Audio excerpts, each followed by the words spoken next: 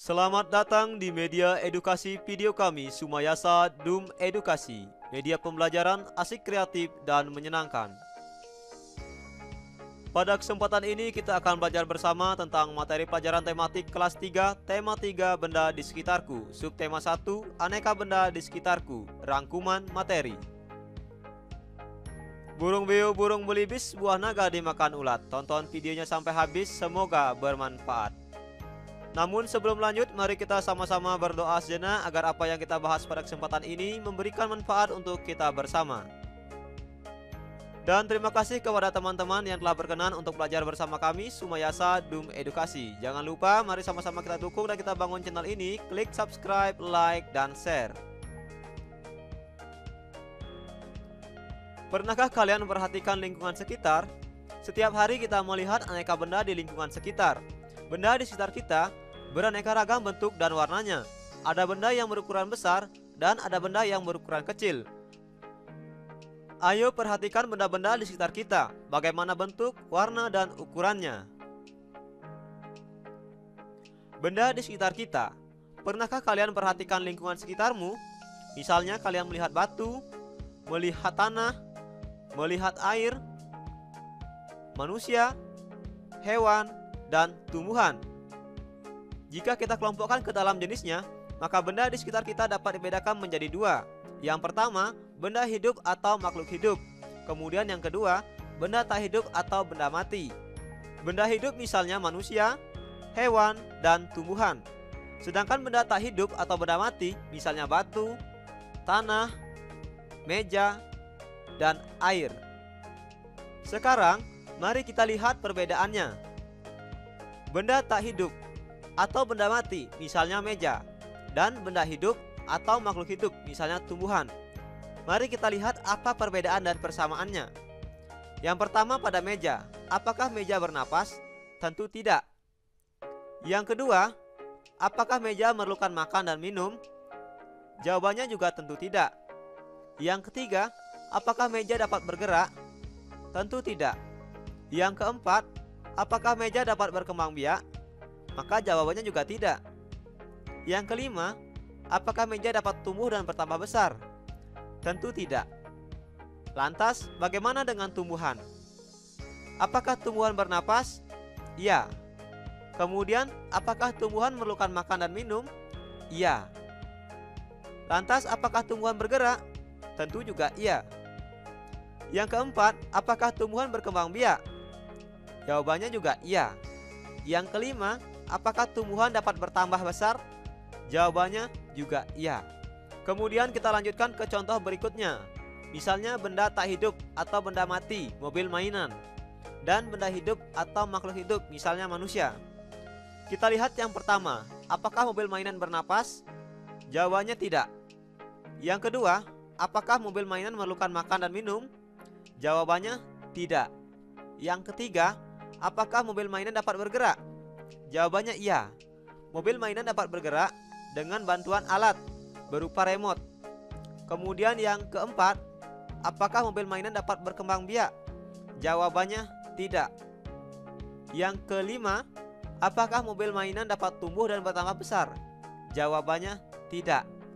Tidak mungkin mobil mainan yang semula kecil lama-kelamaan menjadi tumbuh dan menjadi besar. Ini tidak mungkin. Begitu juga sebaliknya. Tidak mungkin mobil mainan yang semula satu lama-kelamaan jadi berkembang biak menjadi lebih banyak. Ini juga tidak mungkin. Karena benda tak hidup atau benda mati tidak dapat berkembang biak, tidak dapat tumbuh dan bertambah besar. Kemudian tidak bernapas. Berbeda dengan makhluk hidup seperti manusia misalnya. Apakah manusia bernapas? Jawabannya iya. Apakah manusia memerlukan makan dan minum? Jawabannya iya. Kemudian yang ketiga, apakah manusia bergerak? Jawabannya iya. Yang keempat, apakah manusia berkembang biak? Jawabannya iya. Yang kelima, apakah manusia dapat tumbuh dan bertambah besar? Jawabannya iya. Nah, dari contoh ini kita bisa membedakan bahwa benda hidup atau makhluk hidup dengan benda tak hidup memiliki perbedaan. Dari contoh ini, kita bisa mengetahui bahwa benda tak hidup dan benda hidup memiliki perbedaan yang sangat signifikan. Di mana misalnya, pada benda hidup atau pada makhluk hidup, baik manusia, hewan, dan tumbuhan, pasti memerlukan makan dan minum, dapat berkembang biak, serta dapat bertumbuh dan bertambah besar. Berbeda dengan benda mati.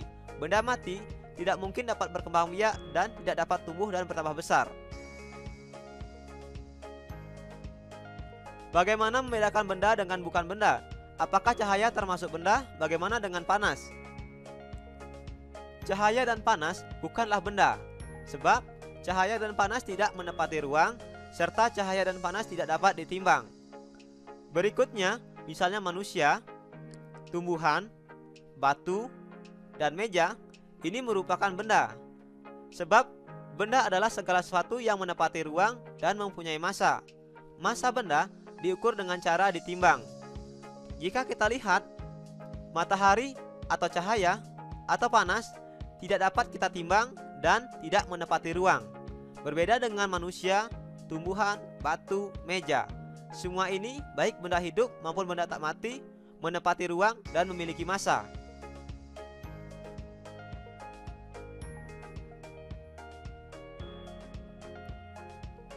Benda-benda di sekitar kita dapat dikelompokkan berdasarkan sifat fisiknya. Sifat fisik benda misalnya warna, bentuk, kekuatan, wujud, atau ukurannya. Nah, yang pertama misalnya, benda dikelompokkan berdasarkan ukurannya. Benda yang ada di sekitar kita mempunyai beragam ukuran. Ada yang besar dan ada yang kecil. Ada yang panjang dan ada yang pendek. Kemudian yang berikutnya, benda dikelompokkan berdasarkan bentuknya. Berdasarkan bentuknya, benda-benda di sekitar kita mempunyai beragam bentuk. Seperti gambar-gambar berikut ini.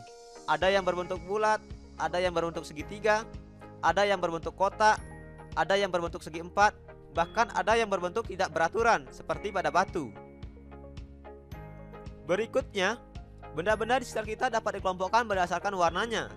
Benda di sekitar kita mempunyai warna yang beragam.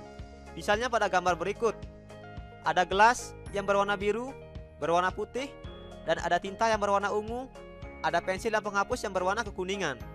Selain itu masih banyak lagi warna-warna benda yang ada di sekitar kita. Ada yang berwarna merah, ada yang berwarna kuning, berwarna hitam, dan lain sebagainya. Ayo berlatih. Kamu telah mempelajari tentang jenis, sifat fisik, dan ciri benda. Selanjutnya, lengkapilah tabel berikut ini. Yang pertama, benda. Benda di sekitar kita dapat dibedakan berdasarkan jenisnya, berdasarkan sifat fisiknya, dan berdasarkan ciri-cirinya. Nah, untuk benda berdasarkan jenisnya di sini ada dua. Kira-kira benda apa saja? Ya, yang pertama ada benda hidup, dan yang kedua ada benda mati.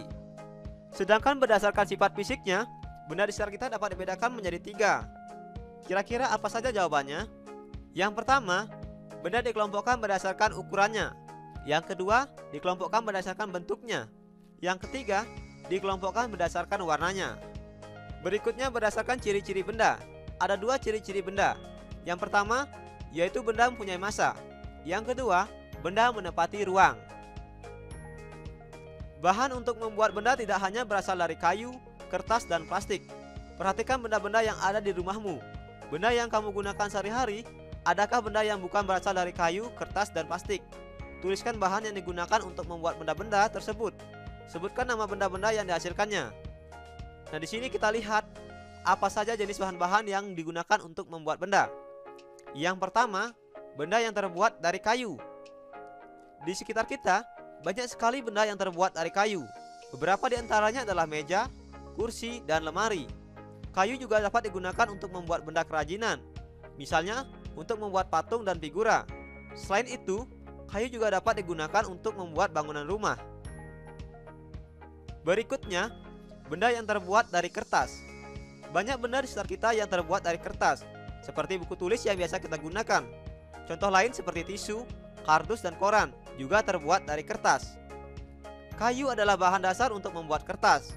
Kayu-kayu besar dipotong hingga sebesar korek api. Setelah itu, kayu dipanaskan hingga menjadi bahan lunak seperti bubur. Bubur inilah yang disebut dengan bubur kertas atau full. Kemudian, bubur kertas diolah secara bertahap di pabrik hingga menjadi kertas. Selanjutnya, benda yang terbuat dari plastik. Sekarang ini, banyak sekali benda berbahan plastik. Mengapa? Karena plastik sangat murah dan tahan lama. Bahan dari plastik tidak dapat menyerap air atau tidak tembus air. plastik pun mudah untuk dibentuk dan ringan. Oleh karena itu, plastik dapat dibuat menjadi berbagai benda. Misalnya, gelas plastik, ember plastik, piring plastik, centong plastik, serok sampah, dan lain sebagainya. Plastik memberikan banyak manfaat, akan tetapi plastik juga dapat menimbulkan masalah. Plastik membutuhkan waktu yang lama untuk terurai secara alami, sekitar puluhan tahun, bahkan ratusan tahun. Oleh sebab itu, kita harus bijaksana dalam memilah sampah plastik. Berikutnya, benda yang terbuat dari kaca. Ada benda-benda yang dibuat dari kaca. Benda tersebut antara lain gelas, piring, mangkok, kacamata, akuarium, jendela, dan peralatan laboratorium. Kaca memiliki sifat kedap air dan tembus cahaya. Oleh karena itu, kaca digunakan untuk membuat benda yang tahan air. Selanjutnya, benda yang terbuat dari logam. Coba amati benda yang ada di sekitar rumahmu. Adakah benda yang terbuat dari logam? Benda-benda tersebut antara lain panci, penggorengan, sendok sayur, sendok makan, kerangka mobil, dan pagar rumah. Berikutnya, benda yang terbuat dari karet. Perhatikan penghapus pensilmu. Terbuat dari apakah penghapus pensil itu? Ya, penghapus pensil terbuat dari karet. Benda-benda lainnya yang dapat dibuat dari karet antara lain balon, ban, sandal karet, bola, dan sarung tangan. Karet memiliki sifat yang elastis dan mudah dibentuk atau lentur. Belajar asik, kreatif, dan menyenangkan bersama kami Sumayasa Dum Edukasi. Ayo merangkum. Apa ya yang sudah aku pelajari hari ini? Hari ini kita telah belajar tentang mengidentifikasi benda mati dan benda hidup. Kemudian, kita telah belajar tentang mengidentifikasi pengelompokan benda berdasarkan bentuk, ukuran, dan warna. Dan kita juga telah belajar mengidentifikasi bahan-bahan untuk membuat benda dan sifat-sifatnya. Sekarang, coba jawab beberapa pertanyaan berikut ini.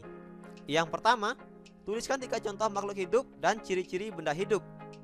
Yang kedua, tuliskan 3 contoh benda mati dan ciri-ciri benda mati.